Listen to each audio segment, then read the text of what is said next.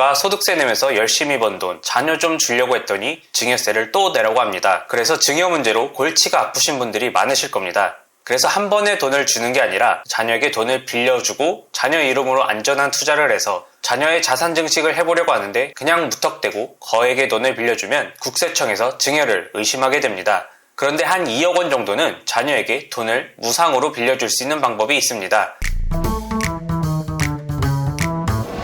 제 다른 영상을 혹시 보셨다면 가족 간에도 돈을 빌려주면 법적 이자 4.6%를 줘야 하는 거 아닌가요? 라고 생각하실 거예요. 그런데 실제 법적 판례에서 이자를 안 줘도 된다는 사례가 있습니다. 쉽게 얘기하자면 1천만 원의 아래의 이자는 안 줘도 된다는 겁니다. 그럼 2억 원의 경우 1년 이자가 4.6%로 계산을 하면 920만 원이기 때문에 부모가 자녀에게 돈을 빌려주고 이자를 안 받아도 아무 상관이 없다는 소리입니다. 1천만 원을 정확하게 따지자면 대략 2억 1,700만 원까지는 부모가 자녀에게 무상으로 돈을 빌려줄 수 있다는 소리입니다. 다만 빌려줄 때는 차용증을 꼭 작성을 해야 합니다. 자녀에게 무상으로 빌려준다는 건 우리 가족끼리의 얘기이지 그냥 2억 원을 빌려주고 10년 동안 가만히 있으면 국세청에서는 증여로 의심을 합니다. 그래서 돈을 빌려준 게 증여가 아닌 차용이라는 사실을 증명하기 위해서는 자녀가 이자를 조금씩이라도 부모에게 줘야 합니다. 처음에 이자 안 줘도 된다고 했는데 또 주라고 하는 게 이상하시죠? 궁금해도 조금만 영상 더 봐주시면 답을 해드리겠습니다. 차용증은 자녀에게 돈을 빌려줄 때 국세청에 제출을 하는 게 아니라 혹시라도 국세청에서 세무조사를 한다면 그때 보여주시는 겁니다.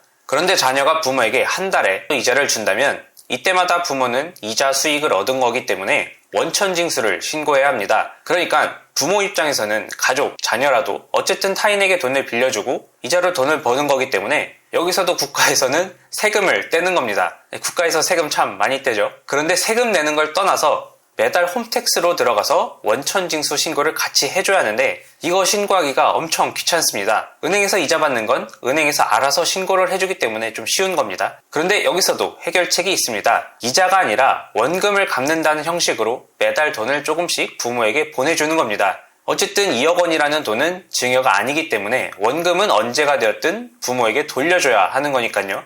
쉽게 얘기하자면 2억 원을 자녀에게 빌려주고 10년 뒤에 받기로 했으니까 자녀가 부모에게 갚을 돈을 그냥 매달 조금씩 미리미리 준다고 생각하시면 됩니다. 원금만 갚는 게 아니라 원래는 이자도 줘야 하지만 아까 처음에 뭐라 그랬죠? 1천만 원 이하는 안 줘도 된다. 정말 다시 쉽게 요약해서 얘기하자면 2억 원을 빌려주고 원래는 매달 이자 플러스 원금을 갚거나 아니면 매달 이자만 갚고 10년 뒤에 원금 2억 원을 갚아야 합니다.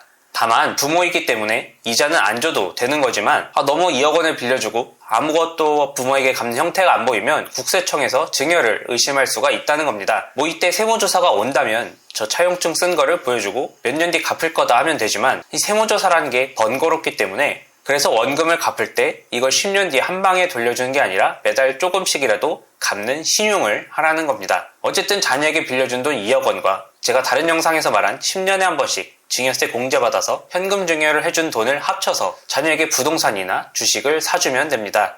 그런데 해당 자산의 가격이 내려가면 아무 소용이 없겠죠. 자산을 매수할 타이밍은 알아서 잘 골라서 해주시면 됩니다. 내 아이가 태어나서 성인이 될 때까지 오를 만한 자산으로 잘 고르신다면 자녀가 성인이 되었을 때의 자산은 2억이 아니라 훨씬 많아지겠죠. 그럼 다음번에도 또 돈 버는 좋은 방법으로 찾아뵙겠습니다. 구독과 좋아요를 눌러주시면 부자 되실 겁니다. 네, 감사합니다.